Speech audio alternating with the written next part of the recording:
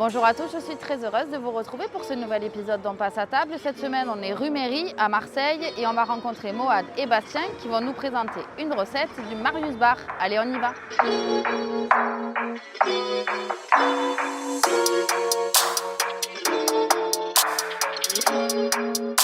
Bonjour Bastien.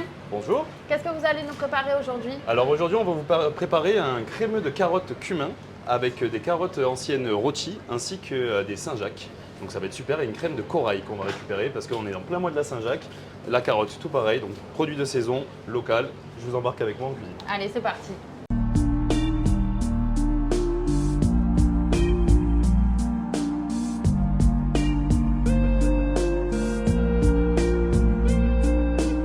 Là, on va commencer tout d'abord par éplucher des carottes.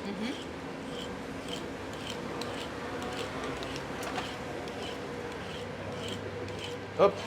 Et ensuite, après l'avoir épluché, on va tout simplement les couper en tronçons pour faciliter le blanchiment.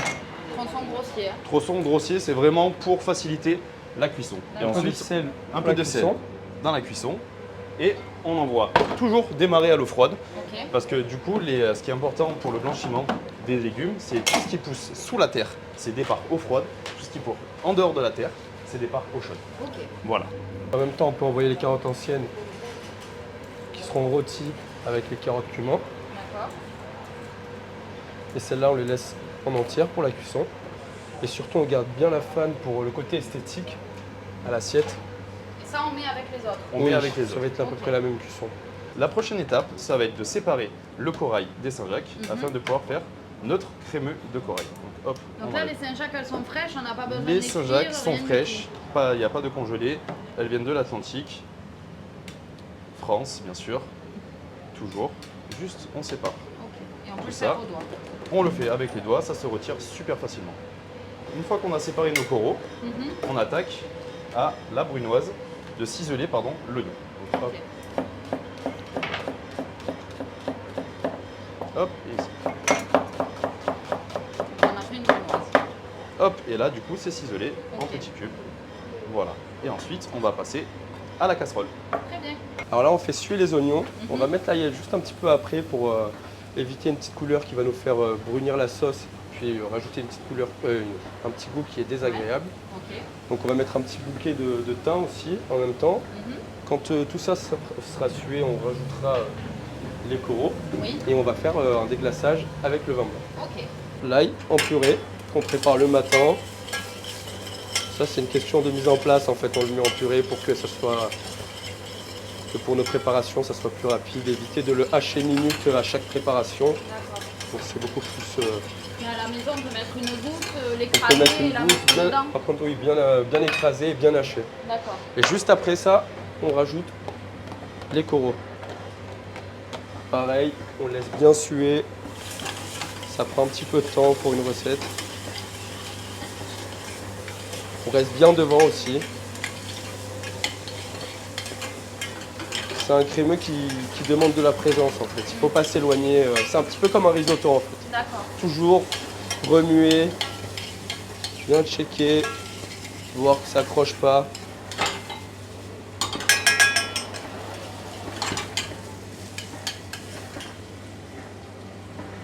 Le feu, on met quoi? Feu fort, moyen? Feu fort. On peut cuisiner à feu fort.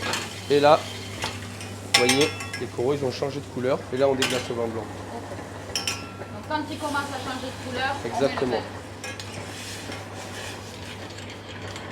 Pareil, cette fois-ci on laisse bien réduire, que le vin s'évapore bien. Ok. On a notre crème qui est prête juste à côté. Tout doit être prêt à côté. Tout doit être à disposition pour bien garder l'œil sur la préparation.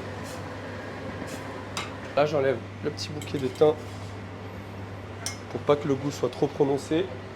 Et de suite après, on peut mettre la crème. Crème liquide entière? Oui, crème liquide entière. Donc on n'en met pas beaucoup. On remue un petit peu. Et de suite après, ça va au Thermomix. Ok. Là, c'est bien important d'avoir un Thermomix ou un robot coupe qui travaille bien, qui coupe bien et avec une lame bien aiguisée parce que ça demande une crème bien, ça faut avoir une crème bien lisse. Ouais. Donc pour ça, il faut avoir une bonne machine. Une fois la crème bien mixée, on la remet dans la casserole, dans une casserole bien propre, évidemment pour pas garder les résidus et avoir une crème bien lisse. Voilà. Et de suite, on la remet sur le feu pour la faire réduire et la faire épaissir. Maintenant que les carottes sont cuites, on va pouvoir les couper en tronçons et les envoyer au four. Mais avant ça, on va les masser avec huile d'olive, sel, poivre et piment d'Espelette. Ok. On met tout ça dans un récipient. On va les masser délicatement. Hop. Fleur de sel, piment d'Espelette, le petit tour de moulin,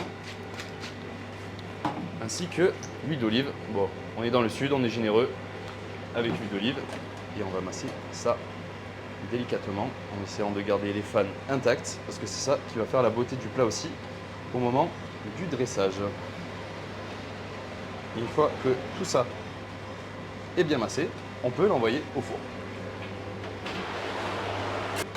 Et on va le laisser au four 180 degrés pendant à peu près 10 minutes. Ok. Histoire que ça bien rôti, que c'est une belle couleur.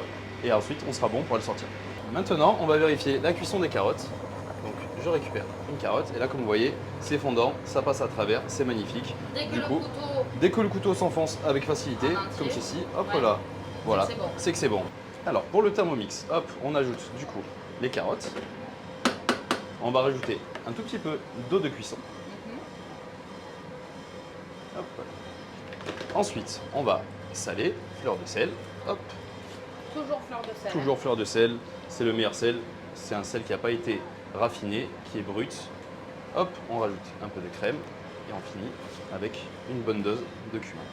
Là, j'ai mes Saint-Jacques, donc on va les assaisonner juste avec un petit peu de sel, 2 petits coups de moulin, ou 3, et un peu d'huile d'olive.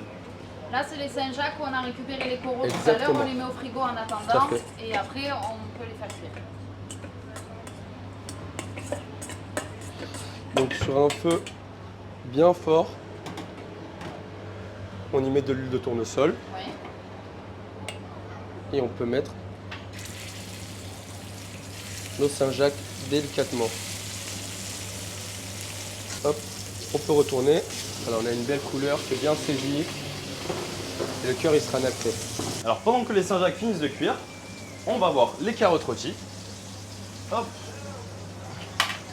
On ferme le four. Et là, on peut voir qu'elles sont parfaitement rôties. Elles sont nickel et on va pouvoir les utiliser pour le dressage. De suite après, on peut sortir les Saint-Jacques, les réserver sur un tortilleur froid pour stopper la cuisson directement. Donc comme on peut le voir à cœur, c'est assez nacré. Ouais, on voit bien. C'est pas totalement cuit. C'est la texture qu'on recherche en fait. Alors maintenant, place au dressage. Donc une fois qu'on a tout préparé, on va pouvoir commencer par le crémeux de carottes. On va faire un puits. Donc avec le dos de la cuillère, Avec on le dos de la tourne cuillère, l'assiette. on tourne l'assiette et là, on a une super assiette. Ensuite, On vient avec le corail sur les bords. Délicatement, On fait le tour. le tour totalement. Histoire d'avoir un joli dégradé de couleur. Et hop, on vient avec un tout petit peu de piment d'Espelette.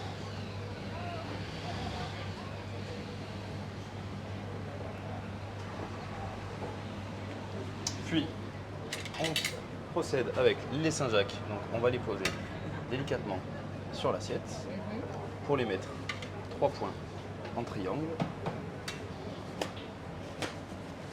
Voilà, bien comme ça. Et pour finir, hop, Merci. Pour finir, les carottes. Donc moi pour le dressage, j'aime bien en mettre une au milieu Avec les fans. avec les fans. Je trouve ça beaucoup plus joli, je trouve ça beaucoup plus rustique. Ça donne du volume aussi. à la Ça donne du volume. C'est pas tellement le volume que je cherche, mais voilà, délicatement. Et avec nos petits pousses de petits pois.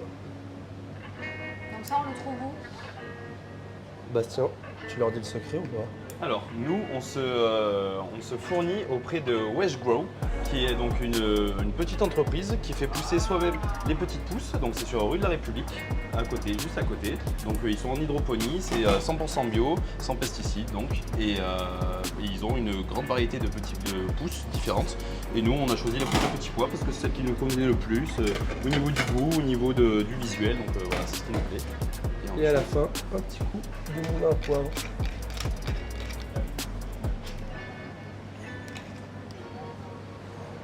Voilà. C'est fini. Et du coup, on peut vous montrer cette magnifique assiette. Merci beaucoup. Merci à vous. De rien.